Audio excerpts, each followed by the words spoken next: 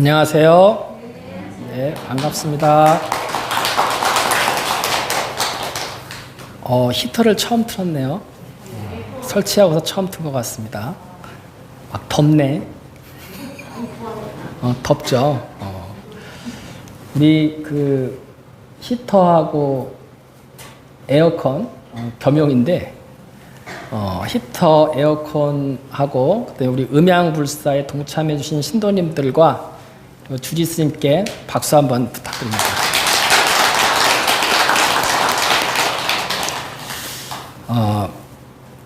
우리가 필요해서 하는 거긴 하지만 이렇게 불사에 동참하고 또 불사가 완성되는 걸 보면 참 보람이 있고 기분이 좋은 것 같습니다.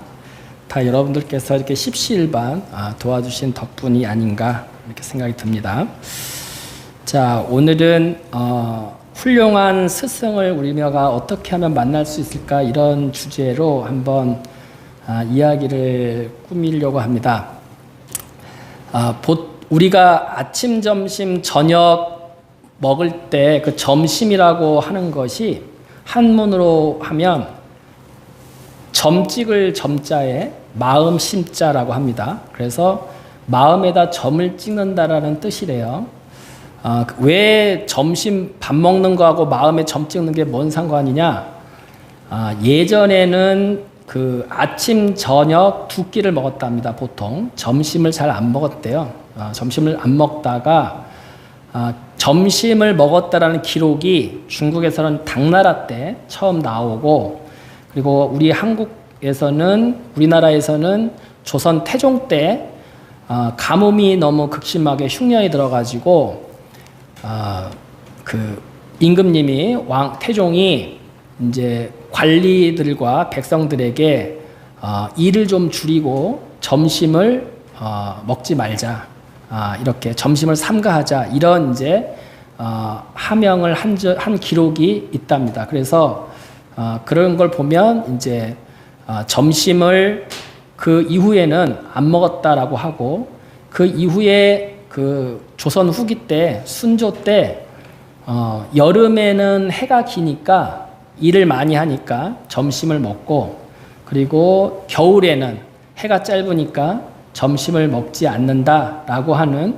그런 기록이 남아 있답니다. 그래서 점심이라고 하는 게 이제 연원이 어떻게 됐던 그렇게 간단하게 먹는 식사, 그걸 이야기하고, 또 그 연원을 이제 추적해 보면 그 절집안에서 수행하시는 스님들이 수행을 하다가 이렇게 출출하면은 간단하게 요기를 하는 정도의 그런 식사였다라고 이렇게 생각이 든답니다. 그래서 점심이라고 하는 것이 이제 그런 의미에서 간단한 요기, 그냥 간단하게 먹는다라는 의미로 마음에 점을 찍는다라는 이름이 붙었다고 해요. 이제 그거에 대한 일화가 있는데, 옛날 당나라 시절에, 중국 당나라 때 덕산 스님이라고 하는 분이 계셨습니다. 이 덕산 스님은 특히 우리가 좋아하는 금강경에 달통하신 분이에요. 성이 주씨였나 봐요. 그래서 별명을 주금강이라고 이렇게 불렀대요. 그 정도로 금강경에 아주 달통을 한 분이었답니다. 이 덕산 스님이 이제 그렇게 금강경으로 이제 이름을 날리시고 있는데, 하루는 남쪽 지방에서 남쪽 지방의 선승이 직지인심 견성성불, 문자에 의지하지 않고 바로 깨달음을 일으켜준다, 바로 견성을 시킨다 라고 하는 그런 큰 스님이 계시다라는 풍문을 듣게 됩니다. 이 스님이 금강경의 이제 달인으로서 기분이 언짢은 거예요. 아니, 금강경 같은 이런 훌륭한 경전을 의지하지 않고 바로 깨닫는다고? 이제 마음이 상하는 거죠.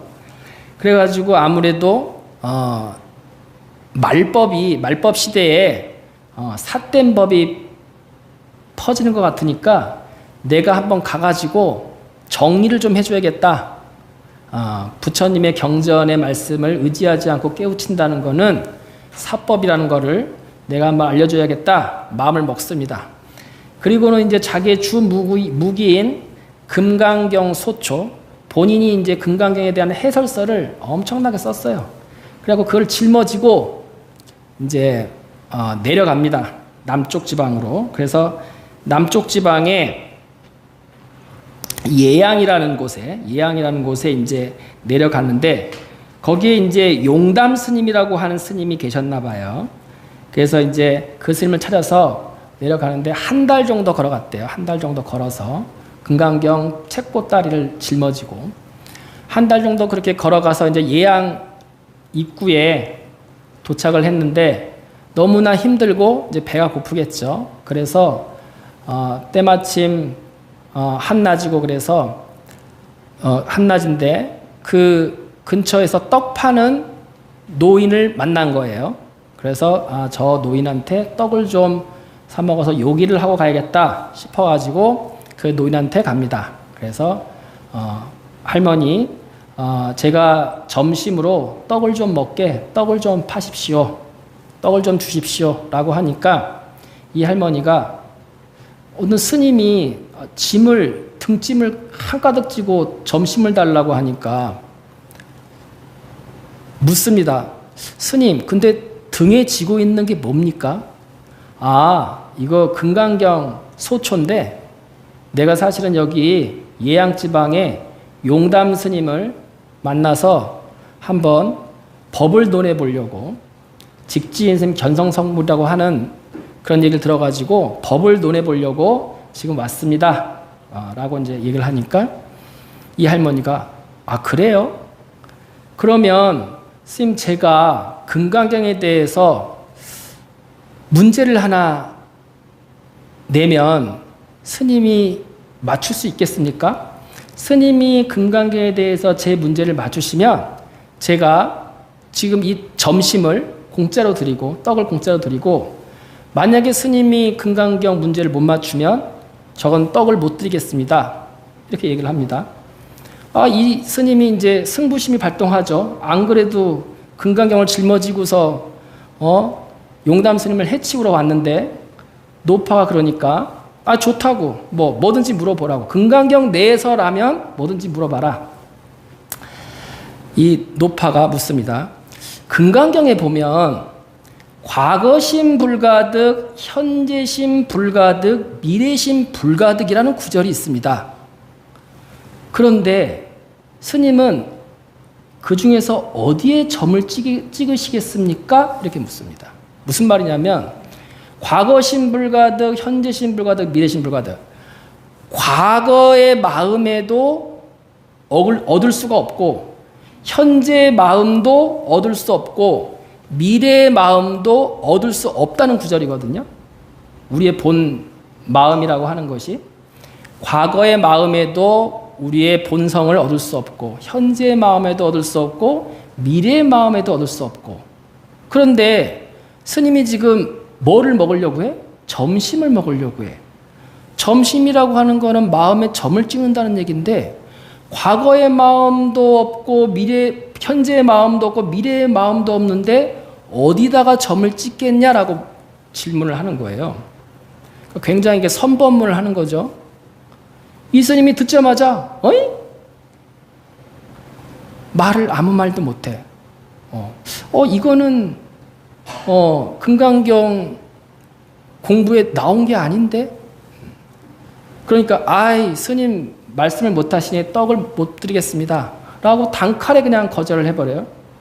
이 스님이 떡을 못 먹은 것도 저거 하지만 금강경 문제를 풀지 못했다는 거에 너무 충격을 받고 마상을 입고 어리둥절해가지고 이제 도대체 일개 이 마을에 노파가 저 정도면 이 스님은 도대체 어떤 스님이지? 갑자기 이 스님이 굉장히 궁금해집니다.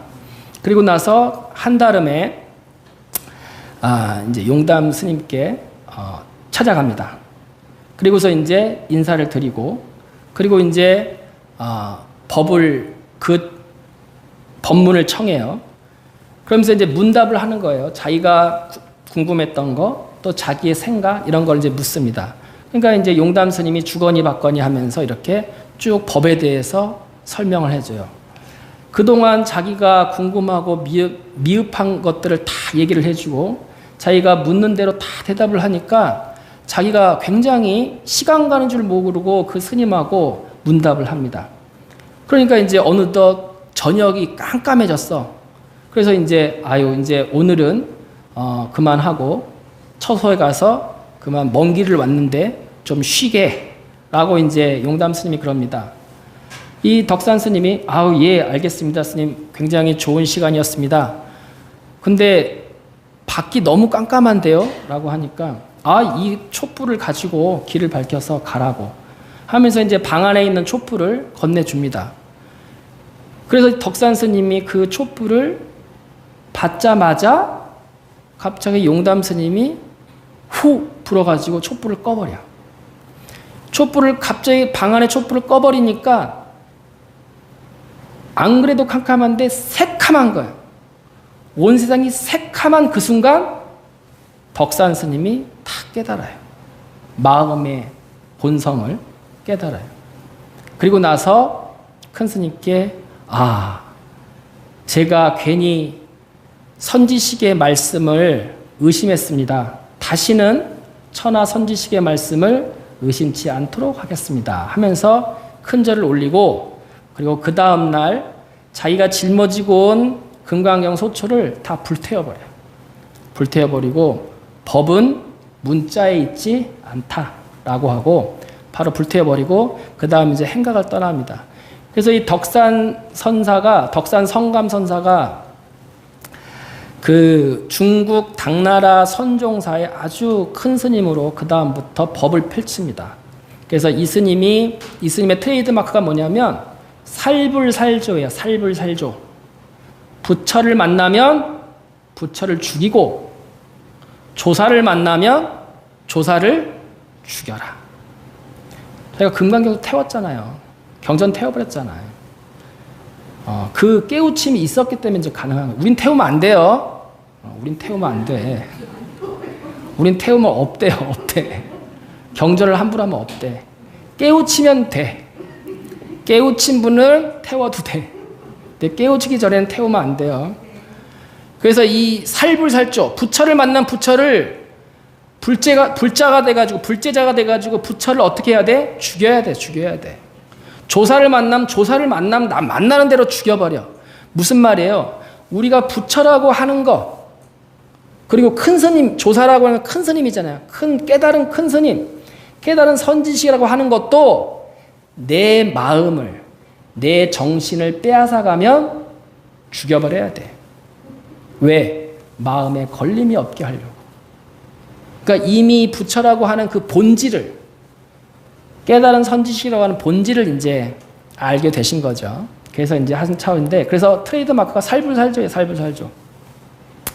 그래서 이제 큰 스님 계시는데, 그래서 우리가 이제 불자들은 특히 스님들 뿐만 아니라 모든 불제자들이 이 큰 스님, 스승님을 만나는 것, 선지식을 만난다는 건 정말 중요합니다. 어떻게 보면 처음과 끝이 스승님에 대한 믿음, 그리고 지도에 의해서 우리가 수행을 시작하고 정진을 해나가고, 그리고 마지막도 그 큰 스승님의 말씀을 구현하기 위해서 끝까지 해나가는 것이 아닌가, 이제 이런 생각이 드는데, 그 정도로 스승님은 불교에서는 절대적이에요. 우리가 그래서 부처님을 뭐라고 해요? 3계 대도사라고 하죠. 대도사가 일단 첫 번째가 가장 부처님에 대한 정체성이 첫 번째가 가장 우리에게 위대한 스승님이에요. 스승님. 교주가 아닙니다. 교주 그런 거 좋아하지 않으십니다. 스승을 좋아해요. 스승이라고 하는 타이틀. 조물주 아닙니다. 부처님은 조물주 아닙니다.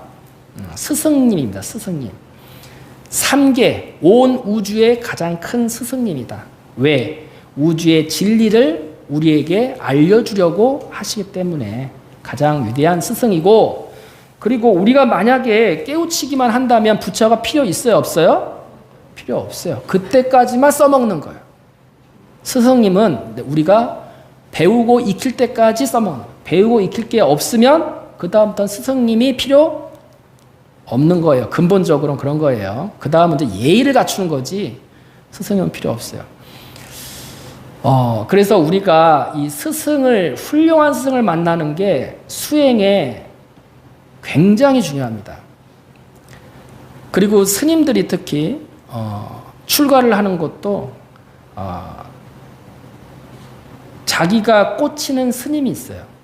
그 스님을 보고 대부분 출가를 하는 경우가 대부분이고, 그리고 처음 출가를 해서 또 자기 은사 스님이 아니더라도 배우는 스님께 꽂히는 경우가 있어요. 그래서 그거를 보고 평생의 귀감을 삼아서 이제 자기가 스님 노릇을 하는 거죠. 그게 없으면 스님 노릇을 계속 오래 할 수 없습니다. 오래 할 수 없어요. 저 같은 경우는 출가할 때 그 스님이 막 신통을 부리니까 제가 뭐라고 할 말이 없더라고요. 그래서 안 그래도 사는 게 재미도 없는데 이 스님은 신통을 부리니까 너무 신기한 거예요. 그러니까 제가 거기에 혹하지 않을 수 없더라 이거죠. 송광사를 갔더니만 또 지금 동화사 율주 스님께서 그때 강의를 해주셨는데, 그 너무나 이 스님의 그 가르침도 정말 감탄스러웠지만, 우리 학인 스님들을 대하는 그 마음이 너무나 진실하시다고 할까?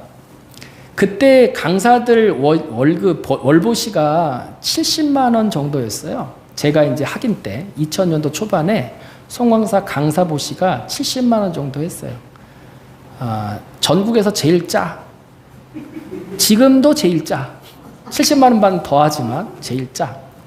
근데 그 70만 원도 당신이 최소한의 이제 절에서 생활을 하니까 최소한의 쓸 것만 딱 쓰고 나머지는 종종 학인들한테 그렇게 과자를 사주시고 뭐 빵도 보시해 주시고 이렇게 필요할 누구 행자가 있으면 책도 사주시고 이렇게 번번이 우리한테 이렇게 풀어주시더라고요. 저는 돈이 좀 있는 줄 알았어요. 그 스님의 단월이, 그러니까 그 스님을 굉장히 좋아하시는 신도님이 지금 이제 송광사 신도회장 보살님인데, 그 보살님이 이제 그때는 뭐 30대였어요. 30대 보살님이었는데, 그때부터 이제 그 스님의 그런 풍모에 이 보살님도 이제 꽂혀가지고 그때 보이차하고 막 쪼꼬레 이런 걸 막 이렇게 대주셨는데, 저는 이제 덕분에 그거 얻어먹으려고 그 스님께 이제 뻔질나게 이렇게 드나들고 했는데, 저는 이렇게 그거 말고도 막 이렇게 많이 좀 돈 보시며 이렇게 하시는 줄 알았는데, 나중에 보니까 별로 해주시지도 않고 당신이 또 원하지도 않고 하니까 그랬더라고요. 그래서 그런 모습을 보면 참 그게 작은 거, 어떻게 보면 작은 거죠. 당신 보시 좀 남은 거 가지고 학인들 책 사주고 먹을 거 사주는 게 별거 아닐 수 있지만, 저희가 그때 살 때는 그게 굉장히 소중한 느낌, 진솔한 느낌, 저희를 정말 아끼시는구나, 학인을 정말 아끼시는구나, 이런 이제 생각이 들었어요. 그러니까 그 학식도 훌륭하시지만 그런 행해가 훌륭하시니까 제가 감동을 안 할 수가 없더라는 거죠. 그래서 이제 나도 나중에 꼭 공부 열심히 해가지고 강사 스님이 돼야겠다, 이런 결심을 한 게 그 스님을 보고. 그러니까 이제 이렇게 저만 하더라도 출가도 그 출가의 이정표가 된 스님을 보고서 나도 출가를 하게 되고, 또 제가 강사를 하겠다, 공부를 열심히 해가지고 부처님 말씀을 잘 배워보겠다라고 결심을 하게 되는 것도 그 스님을 보고, 스승님을 보고 이렇게 마음을 먹고 하게 된다는 거죠. 그래서 우리가 저만 해도 그래요. 그래서 이렇게 우리가 수행을 해나가면서 또 우리가 종교 신행 생활을 하면서 여러분들도 마찬가지 스님이라고 하는 존재가 굉장히 중요합니다. 그래서 여러분들이 또 모든 사람이 한 스님을 좋아할 일은 없죠. 한 스승님을 좋아할 일은 없죠. 자기하고 맞는 그 시기에 맞는 스승님, 은사님, 선생님이 계시죠. 그래서 그거에 이제 자기가 꽂혀서 열심히 뭔가 노력을 하게 되는 것이 아닌가 이런 생각을 합니다. 화엄경에 보면 선제동자가 53 선지식을 찾아서 구도행각을 벌이죠. 구도행각을 떠나는데 53분의 선지식을 만나면서 그리고 나서 깨달음을 수행을 완성한단 말이에요. 그 53 선지식이라고 하는 분들이 근데 사실은 그렇게 대단한 깨우친 그런 뭐 누구나가 다 인정하는 그런 큰 스님이나 부처님이 아니라 사실은 그 화엄경 내용을 보면 우리가 일상생활에서 만나는 사람들이에요. 의사 선생님이라든가 뭐 관리인이라든가 어디 감옥 그 교도관이라든가 하다못해 술집에 술 파는 여자 이런 사람들한테 찾아다니면서 수행을 배웁니다. 그러면 그분들이 당신이 그 직업을 그 삶을 살면서 알아진 노하우 이런 거를